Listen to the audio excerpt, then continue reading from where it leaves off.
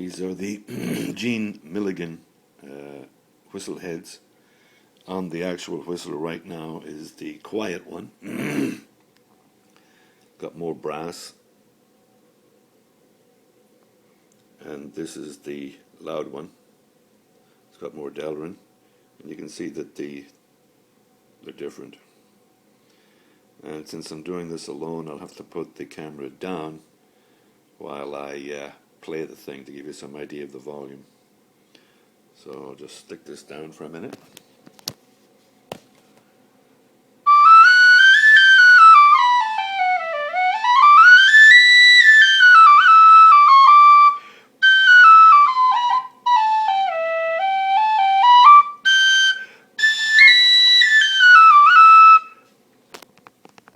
Okay, that was the quiet one. And I'll quickly change heads. Hopefully quickly. And play the loud one.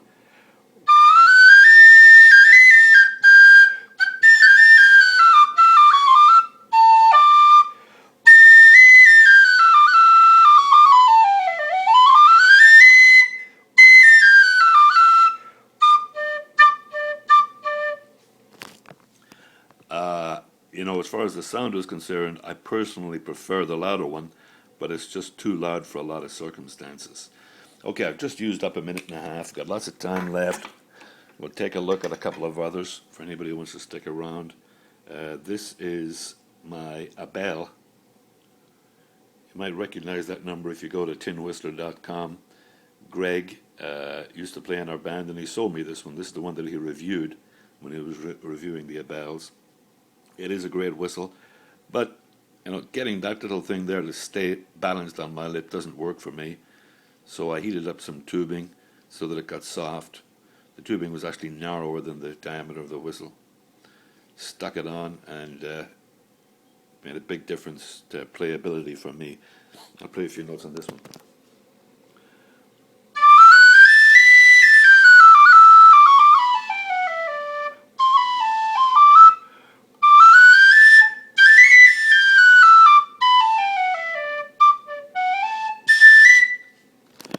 And what I've noticed with this one is that the low end, and I also bought another Abell where the low end was kind of weak. Very sweet at the high end, non-disturbing to anybody, nice and sweet and in tune, but at the low end just a tad weak. And in fact, the other one that I bought from him, I returned a couple of times to get it stronger at the low end. And he's a great guy. He'll keep doing that until you get what you want. That's that one. And we're going to go down market here. This is a recently polished up Fidog that I tweaked, and I tweaked it by butchering the labium, the little blade there that cuts the air, and rebuilding it with a piece of drink bottle plastic. And I tweaked the C by making it a bit flatter there with a piece of tape. And I think I might have expanded one of the holes. Maybe I didn't. No, this is a Fidog. It doesn't need any expansion in that regard. It's nicely in tune. Okay, I'll play this for a second.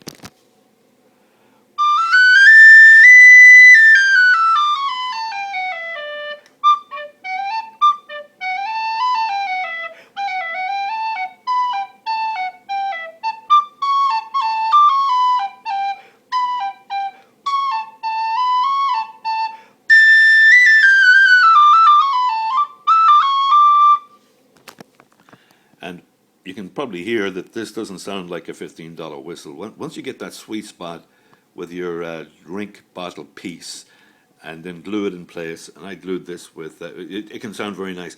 I glued this in place with regular water-based carpenter's glue, and I put about 4 or 5 different layers. So let it harden, do it again, let it harden, do it again, and it seems to be holding up nicely.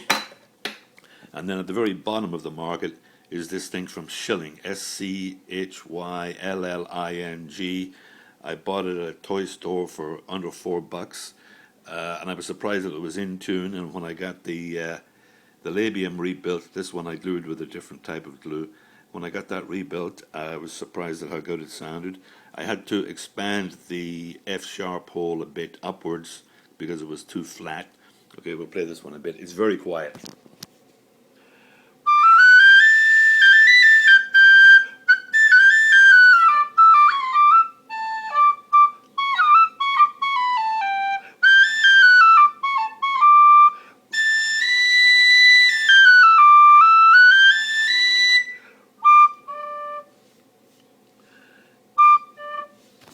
That low D is really weak on it.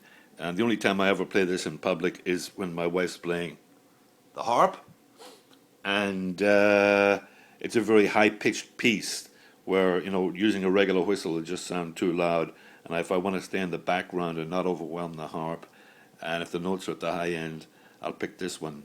Song of the Kelpie, or Manx Waltz, is just about the only tune that I would use this one in public. And that's part of the collection for what it's worth.